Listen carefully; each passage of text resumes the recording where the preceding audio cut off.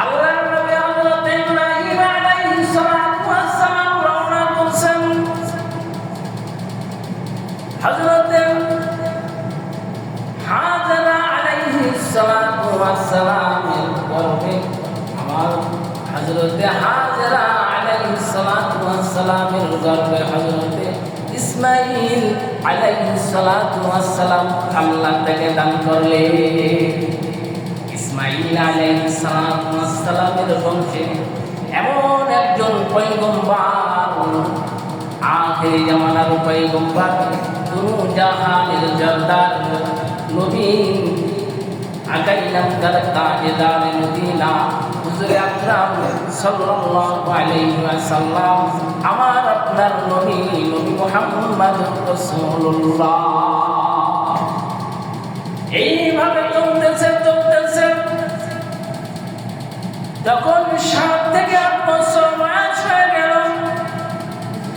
আল্লাহর হুকুম আসলো, যাও তুমি মক্কা অথবা মক্কা, সেখানে জনমানবী ময়দানে সেখানে দেখে আসো। মা হাজরা আলাইহিস সালাতু ওয়াস সালামকে সঙ্গে করে, ইসমাঈলকে সঙ্গে করে একত্রিত করে সেখানে দেখে আসা হলো। ও মুসলমান, সেখানে কোনো জনমানবী ময়দান, কোনো লোকজন, কোনো বসবাস নাই। সঙ্গে পানি রয়েছে, এক টুকরা খেজুর লইয়া সন্তানকে, যে সন্তানের জন্য এত ভাগবত, এত আকর্ষণ, সন্তানকে কাছে রাখতে পারি নাই, হযরত ইসমাঈল আলাইহিস সালাতু ওয়াস সালামকে সঙ্গে করে বলেন মক্কা না ভাই মক্কা, মক্কাতুল মুকাররমে সেখানে দেখে আসলেন। রাখায় আসার পর অথবা আগে একদম মানুষ দেখতে অনেক সুন্দর, আমার আপনার মতন দেখতে বোঝা যায়, এরকম একজন মানুষ রাওয়ায়াতে আছে 3 জন, রাওয়ায়াতে আছে 7 জন, রাওয়ায়াতে আছে 9 জন, রাওয়ায়াতে আছে 10 জন, এরকম একটা রাওয়ায়াত হাদিস হয়ে গিয়েছে। মেহমান হিসাবে আছে হযরত ইব্রাহিম আলাইহিস সালাতু ওয়াস সালামের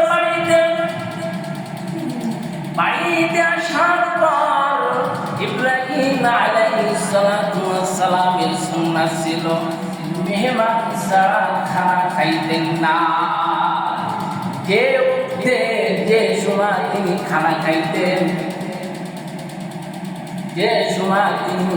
খাইতেন, খানা খাইতেন, ওনার দস্তরখানায় যদি কোনো মেহমান উপস্থিত না হইত, আল্লাহর নবী হযরত ইব্রাহিম রাস্তায় দাঁড়িয়ে দেখতেন প্রতি আসে কিনা।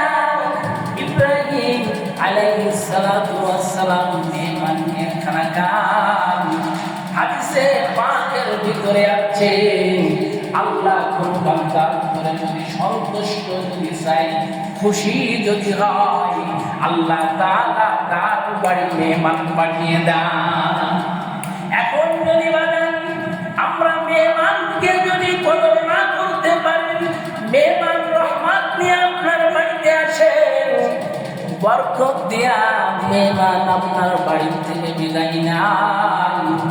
হাদিসে পাকের ভিতরে আছে, একটা বকরির জবাই দেওয়া হলো, দস্তরখানায় খানসাই চলে আসলো, তাদেরকে খাওয়ার ব্যবস্থা করুন, তাদেরকে খাওয়ার কথা বলে আপনারা খানা খান, দস্তের খানায় বসেন, খানা খাওয়ার আদেই দেন, ও বাবা হুকুম দেন, তারা খানা খাইতে রাজি না, তারা খানা খাইতে চায় না, খানা খাইতে চায় না, এত খুশামত করে, ওর ভিতর থেকে আওয়াজ দেয় হযরত জিবরিল, বলতেছে আমরা কোন সাধারণ কোন মানুষ না, আল্লাহ ধরে আছে, আল্লাহ রব্বুল আলামিনের কোন ফজলে আল্লাহ কবুল করেছে।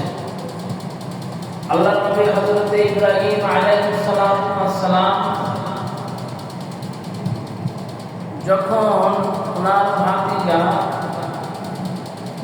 হযরত লূত আলাইহিস সালামকে সঙ্গে করে বিবি সারাকে সঙ্গে করে লইয়া উনি রওনা করলেন, সফর করলেন। শাম দেশে যখন সফর করলেন, সফর করতে গেলে প্রতিমধ্যে একটা শহর,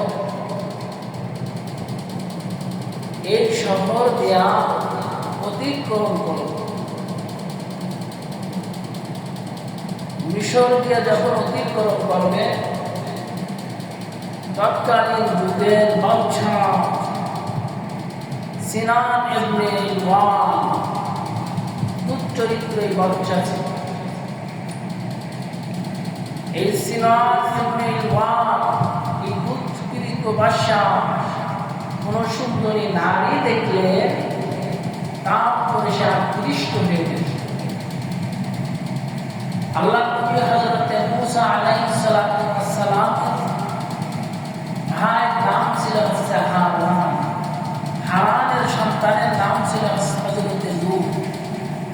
আর মুসা আলাইহিস সালামের ভাইয়ের নাম ছিল হারুন আলাইহিস সালাম। হযরত সারা এবং হযরত লূত আলাইহিস সালাম একত্রিত করে হযরত ইব্রাহিম আলাইহিস সালাম শাম দেশে চলে গেলেন। আল্লাহ নবী হযরত মুসা আলাইহিস হযরত ইব্রাহিম আলাইহিস সালাম উম্মতদেরকে দাওয়াত দেন, উম্মতদেরকে দাওয়াত দেন, ওয়াজ করেন। উম্মতরা ইসলাম গ্রহণ করে না। দুইজন ইসলাম গ্রহণ করে, এক হচ্ছে নবী সালাম আর ভাই হযরত হারুন আলাইহিস সালাম, দুইজন ইসলাম গ্রহণ করে। ইব্রাহিম আলাইহিস সালাম রওনা করছে শাম দেশের উদ্দেশ্যে। যখন এই শহরে উপনীত হলো,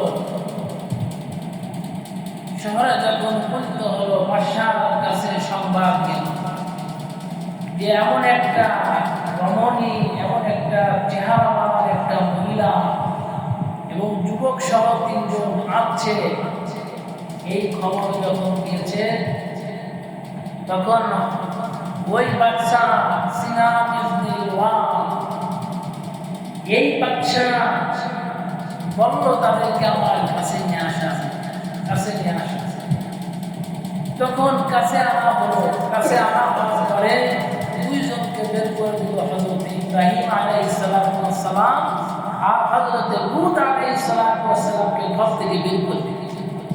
বের করে দেওয়ার পরে হযরত ইব্রাহিম আলাইহিস সালাম এখন বিপদে, সালাতে দাঁড়িয়ে গেছে। রাসূলের সুন্নাহ, বিপদ আসলে কি করতে হবে? নামাজ পড়তে হবে। দাঁড়িয়ে গেছে, আল্লাহু আকবার, নামাজে দাঁড়িয়ে গিয়েছে হযরত ইব্রাহিম আলাইহিস সালাম। ওদিকে হযরত ইসহাক অনেক পরহেজগার, অনেক আল্লাহ ওয়ালা মহিলা। হযরত ইব্রাহিম আলাইহিস সালামের স্ত্রী, সন্তান হয় না। তখন এই বাদশা সিনান ইবনে ওয়াল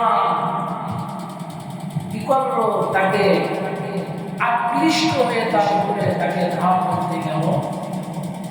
আল্লাহ পাক রব্বুল আলামিন সঙ্গে সঙ্গে মাটিকে হুকুম দিলেন, মাটিতে গ্রাস করে প্রথমবার মাটিতে গ্রাস করে ফেলছে, হাত অসাড় হয়ে গেছে। এরপরে বলছে তুমি দোয়া করো, আমাকে মাফ করে দাও। সিনান ইবনে ওয়াল বলতেছে তুমি দোয়া করো, আমি তোমার কাছে মাফ চাচ্ছি, তুমি আমাকে ক্ষমা করে দাও, মাটিকে হুকুম দাও, মাটি আমাকে হাত পা ছেড়ে দিই, আমার হাতটা সতেজ হয়ে যায়। তখন দোয়া করলো, আবার ঠিক হয়ে গেল। শুধু একবার না, আবার তার উপরে আকৃষ্ট হয়ে যখন ধাপ, আবার আল্লাহ পাক রব্বুল আলামিন গ্রাস করে। এইভাবে 3 বার এই সারা বলতেছে, আপনি একবার নয়, 2 বার নয়, 3 দুইবার আল্লাহ আপনাকে ক্ষমা করে দিয়েছে, আমিও ক্ষমা করে দিয়েছি, চতুর্থবার আর কোনো ক্ষমা হবে না। তখন এই বাচ্চা বলতেছিল, তুমি আমাকে এমন উপকার করেছো, আমি তোমার উপরে রাজি খুশি হয়ে আমার মেয়ে হাজেরাকে আমি তোমার কাছে তোমার কিছু দান করবো, সরকার তোমাকে হাদিয়া দিয়ে থাকতে। ইব্রাহিম আলাইহিস সালাম নামাজ আদায় করছেন, দোয়া করছেন, স্ত্রী সিনামে বাদশা একই ঘরের ভিতরে চিন্তা করছে, কি অবস্থা, আমার স্ত্রী সে শহীদ আছে কি না। আল্লাহ হযরতে ইব্রাহিমকে ডাকতে বলে, ইব্রাহিম তুমি তাকিয়ে দেখো, তোমার চোখের সামনে বাচ্চার অন্তর্মহল, আর তোমার চোখ এই মাঝখানে কোনো গাছপালা কোনো কিছুই না রেখে সরাসরি বাচ্চার ঘর পর্যন্ত তোমার স্ত্রীকে তোমার নজরদারি করার জন্য আমি আল্লাহ প্রশস্ত করে দিয়েছি। স্ত্রীর উপরে কোনো রকম যেন ধারণা না আসে, তোমার স্ত্রী ফেরেশ আছে, ওই বাচ্চা তোমার স্ত্রীকে হরণ করতে পারি নাই, তার চরিত্রকে নষ্ট করতে পারি না। এই জন্য আল্লাহ সুবহানাহু ওয়া তাআলা হযরত ইব্রাহিম আলাইহিস সালাতু ওয়াস সালামকে দেখায়া দেয়। বিবি সারাকে সঙ্গে করে আরেকজন লোক হয়ে গেল। বিবি সারা ইব্রাহিম হযরতে ওই হাদিয়া দিয়েছে ওই বাচ্চার মেয়েকে।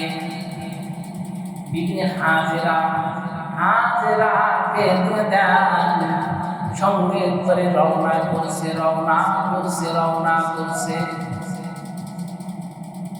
আল্লাহ নবী হযরত ইব্রাহিম আলাইহিস সালামকে সারা বলতেছেন, অবশ্যই আমার গর্ভে আমার উদরে কোনো সন্তান হয় না, আমার সঙ্গে যে খাদেমা দিয়েছে, তাকে দান করেছে, হাদিয়া দিয়েছে, এই হাজেরা একে আপনার সঙ্গে বিবাহ দিয়ে দিই।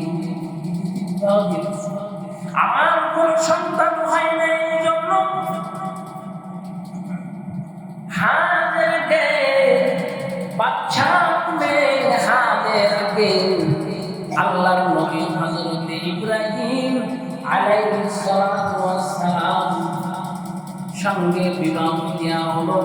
বিবাহ পর আল্লাহ সুবহানাহু ওয়া তাআলা বিবি সারার গর্ভে আল্লাহ গর্ভধারণ করে দিলেন। কত সন্তান মানুষ বিবি হাজেরা সারা। এরপরে সহ্য করতে পারলেন, আমার সন্তান হয় না, আমার তো সন্তান হলো না, আমি গর্ভবতী হতে পারলাম না, পেটে সন্তান আসলো না। আর হাজেরা বিবাহ হতে পারল না। বিবাহ হয়েছে কয়েকদিনের মধ্যে আল্লাহ তার পেটে বাচ্চা দান করেছে। এই সারা সহ্য করতে না পেরে আমরা বলেন সহ্য না করতে পেরে সে একটা জেদ করল, একটা অঙ্গীকার করল, পছন্দ করল, আমি হাজেরা কানকে আমি হাজেরা বেড়ি পড়াইয়া দিব। এইভাবে পছন্দ করলে যে দেখাইলেন তখন ইব্রাহিম আলাইহিস সালাম ডাক দিয়ে বলতেছে, বিবি সারা, তুমি এই কাম কেন করছো? এই অঙ্গীকার কেন করছো? বলছে, আমি ইরাকের আমি সহ্য করতে পারি না, আমার কোনো সন্তান হয় না, আমি গর্ভবতী হতে পারি নাই, সন্তান দিতে পারি নাই। আমি বিয়া দিয়ে দিয়েছি হাজরার সঙ্গে, বিয়া হচ্ছে কিছুদিন হতে না হতে তার পেটে বাচ্চা এসেছে, এই জন্য আমি এই জেদ করতেছি। ওয়াদা করছেন আল্লাহর নবী হযরত ইব্রাহিম বললেন, তোমার ওয়াদা পূরণ করতে হবে। একটা দোহা দ্বারা তোমার কানটাকে তার কান থেকে ছিদ্র করে দাও, কানটা ছিদ্র করে দাও হলো, দুইটা কানকে ছিদ্র করে দিল।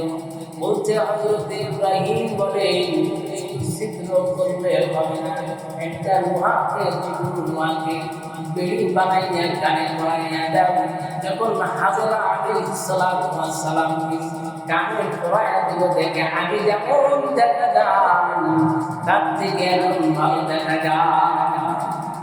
ওই সময় হাজরা আলাইহিস সালাতু ওয়াস সালামের আগে কোনো মহিলার কান খোলা ছিল না, কানে কোন কানের দাম এই ব্যবস্থা তৎকালীন পাওয়া ছিল না। হযরত ইব্রাহিম আলাইহিস সালাতু ওয়াস সালামের স্ত্রী মা হাজরা আলাইহিস সালাতু ওয়াস সালামের এই কানকে ছিদ্র করলো, ওয়াদা করেছিল, অঙ্গীকার করেছিল সারা। এরপর আবার ওটা করলো, কসম খাইল, তোমার পায়ে জিন্দির দিয়ে দিব, শিকল পরাইয়া দিব। আল্লাহর নবী হযরত ইব্রাহিম আমার বিবি সারাকে ডাকতে বলে, সারা, তুমি আমার কেন অঙ্গীকার করলা, কসম খাইলা? বলছে, আমি রাগকে কন্ট্রোল করতে পারি নাই, আমার অভিমানকে আমি কন্ট্রোল করতে পারি নাই, এই জন্য অঙ্গীকার কসম খাই। বলছে, ঠিক আছে, শিকল বানাও, শিকল করে শিকলের ব্যবস্থা হয়ে গেল, তার পায়ে ঠিক করাইয়া দিল। ও মুসলমান, এখন আপনারা দেখেন কিনা, ওই বিবি হাজরা যখন দুইটা শিকল করে দিল, ঝুমঝুম করে হাঁটা দেয়, আওয়াজ হয়, কানে হযরত ইব্রাহিম আলাইহিস সালাতু ওয়াস সালামের ভালো লাগে, একটু ভালো দেখা যায়। তৎকালীন যুগে তার আগে কোনো নূরের ব্যবস্থা ছিল না, ওখান থেকে বিবি হাজরা থেকে এই নূরের ব্যবস্থা বাবা চলে আসছে। নূপুর কোনো শরীয়তের নূরটাকে দেখা হালাল, তার সামনে নূপুর করা হালাল, আর নূরের আওয়াজ শোনাও হালাল, আর যাকে দেখা হালাল, নূপুর তার সামনে পড়াও হালাল, আওয়াজ শোনাও হালাল। আল্লাহর নবী হযরত ইব্রাহিম আলাইহিস সালাতু ওয়াস সালাম রওনা করছেন। হযরত হাজরা আলাইহিস সালাতু ওয়াস সালামের গর্ভে আমার হযরত হাজরা আলাইহিস সালাতু ওয়াস সালামের গর্ভে হযরত ইসমাঈল আলাইহিস সালাতু ওয়াস সালাম আল্লাহ তাকে দান করলেন। ইসমাঈল আলাইহিস সালাতু ওয়াস সালামের বংশে এমন একজন পয়গম্বর, আখিরি জামানার পয়গম্বর, দুনু জাহানের জর্দার নবী, আকাইনাম তার তাজদার মদিনা হুজুর আকরাম সাল্লাল্লাহু আলাইহি ওয়াসাল্লাম, আমার আপনার নবী, নবী মুহাম্মদ রাসূলুল্লাহ। এইভাবে চলতেছে যখন 7 থেকে 8 বছর বয়স হয়ে গেল, আল্লাহর হুকুম আসলো, যাও তুমি মক্কা অথবা মক্কা, সেখানে জনমানবহীন ময়দানে সেখানে দেখে আসো। মা হাজরা আলাইহিস সালাতু ওয়াস সালামকে সঙ্গে করে ইসমাঈলকে সঙ্গে করে একত্রিত করে সেখানে রেখে আসা হলো। ও মুসলমান, সেখানে কোনো জনমানবহীন ময়দান, কোনো লোকজন, কোনো বসবাস নাই। সঙ্গে পাঁচজন গোপালী রয়েছে। এক টুকরা খাজুর লইয়া সন্তানকে, যে সন্তানের জন্য এত আঘাত, এত আকর্ষণ, সন্তানকে কাছে রাখতে পারি নাই, হযরত ইসমাঈল আলাইহিস সালাতু ওয়াস সালামকে সঙ্গে করে বলেন মক্কা না পাই বাক্কা, মক্কাতুল মুকাররমে সেখানে রেখে আসলেন। রাখায় আসার পর অথবা আগে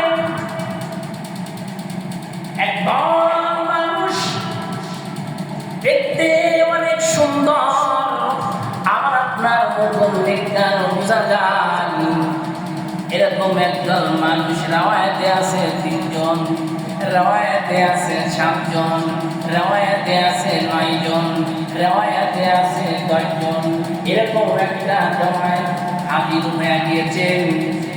মেহমান হিসাবে আছে হযরত ইব্রাহিম আলাইহিস সালাতু ওয়াস সালামের বাড়িতে।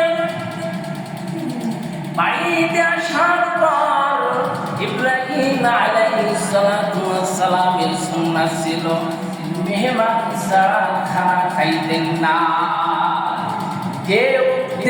যে সময় তিনি খানা খাইতেন,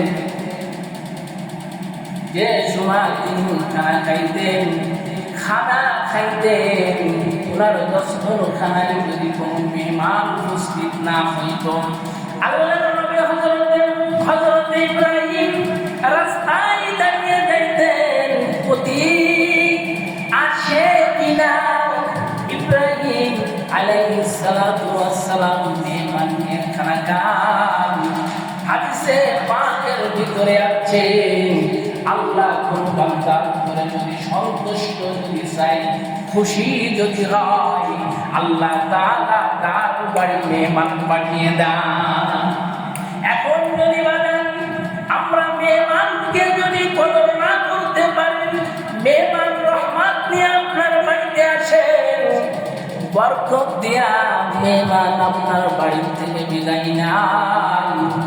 হাদিসে পাকের ভিতরে আছে একটা বকরির জবাই দেওয়া হলো, দস্তরখানায় খানসাই চলে আসলো, তাদেরকে খাওয়ার ব্যবস্থা করুন, তাদেরকে খাওয়ার কথা বলে আপনারা খানা খান, দস্তের খানায় বসেন, খানা খাওয়ার আদেই দেন, ও বাবা হুকুম দেন, তারা খানা খাইতে রাজি না, তারা খানা খাইতে চায় না, খানা খাইতে চায় না, এত খুশামত করে, ওর ভিতর থেকে আওয়াজ দেয় হযরত জিবরিল, বলতেছে আমরা কোন সাধারণ কোন মানুষ না, আমি ফেরেশতাদের সর্দার, আমি জিবরিল, আমি আপনাদের কাছে আসছি, আপনার কাছে আসছি, একটা জমায়েত এসে আপনার কাছে আসছে একটা সুসংবাদ দেওয়ার জন্য, একটা সুসংবাদ দেওয়ার জন্য আমি আসছি। সুসংবাদ হচ্ছে এটা, বিবি সারা আছে 90 থেকে 92 থেকে 100 বছর বয়স, এই 100 বছর বয়সে আপনার স্ত্রী বিবি সারা তো আল্লাহ করবে, আল্লাহ বাচ্চা দান করবে। 10 জন ফেরেশতা এসে সুসংবাদ দেন, বিবি সারার গর্ভ আল্লাহ সন্তান দিবেন। যদি কোনো সন্তানের কথা কোনো বাপ চাষিদেরকে যদি বলা হয়, তারা দেখবেন একটু নিজেকে লজ্জা বোধ করেন, থাকতে থাকে কথা ঠিক কিনা। বিবি সারা নিজের মুখে এরকম ভাবে থাপড়াইতেছে, মুখটা ঢাকতেছে, আমি বুড়া মানুষ, আমার বয়স নাই, শক্তি নাই, আল্লাহ কেমনে আমাকে বাচ্চা দিবেন। ওই যে ইব্রাহিম আলাইহিস সালাতু ওয়াস সালাম দোয়া করছিলেন, রব্বি হাবলি মিনাস সালিহিন। মুসলমান দোয়া করছিলেন ওই ৯৯-১০০ বছর কালে যাইয়া আল্লাহ হযরতে বিবি সারার গর্ভে আল্লাহ সন্তান দান করলেন। এই সন্তান সন্তান হযরতে ঈসা আলাইহিস সালামকে আল্লাহ দান করলেন। বলেন সুবহানাল্লাহ। আল্লাহ গণিত পয়গম্বর নবীকে আল্লাহ হযরতে ঈসা আলাইহিস সালামের ওই শীতে আল্লাহ দান করেছেন। আর আমার আপনার নবীকে আল্লাহ হযরতে ইসমাঈলের বংশে আল্লাহ দান করেছেন। এই জন্য রে বাবা, আমি যে আপনাদের সম্মুখে যে ইতিহাস বলতে চেয়েছিলাম, আল্লাহ সুবহানাহু ওয়া তাআলা আল্লাহর নবী হযরতে নূহ আলাইহিস সালামের ওই বিলাপনের সময় খানায় কাবাটা চতুর্থ আসমানে হয়ে গিয়েছিল। গত জুম্মার আগের জুম্মায় আমি আপনাদের সম্মুখে আলোচনা করেছিলাম। বিলাপনের পরে এসে হযরত ইদ্রিস এসে খানায় কাবায় অনুমান করে তপ করে যায়। হযরতে হুদ আলাইহিস সালাম এসে দেখেন খানায় কাবার কোনো চিহ্ন নাই, অনুমান করে তপ করে চলে যায়। ও বাবা, ওই যে দেখে আসলাম হযরতে বিবি হাজেরা এবং ইসমাঈলকে খানায় কাবায় জনমানবিহীন ময়দানে, সেই ময়দানে দেখে আসলেন কে? পিছন থেকে স্ত্রী ডাক দেয়, একবার দুইবার তিনবার ডাক দেয়, স্বামী ফেরে না, কেন রেখে আসছো, কেন রেখে যায় চলে যাইতেছো? আল্লাহ পাক রব্বুল আলামিন কি আমাদেরকে এখানে রেখে যাওয়ার হুকুম দিয়েছে? তখন শাহাদাত আঙ্গুল উঁচা করে আল্লাহর নবী হযরতে ইব্রাহিম আকাশের দিকে তাকিয়ে দেখা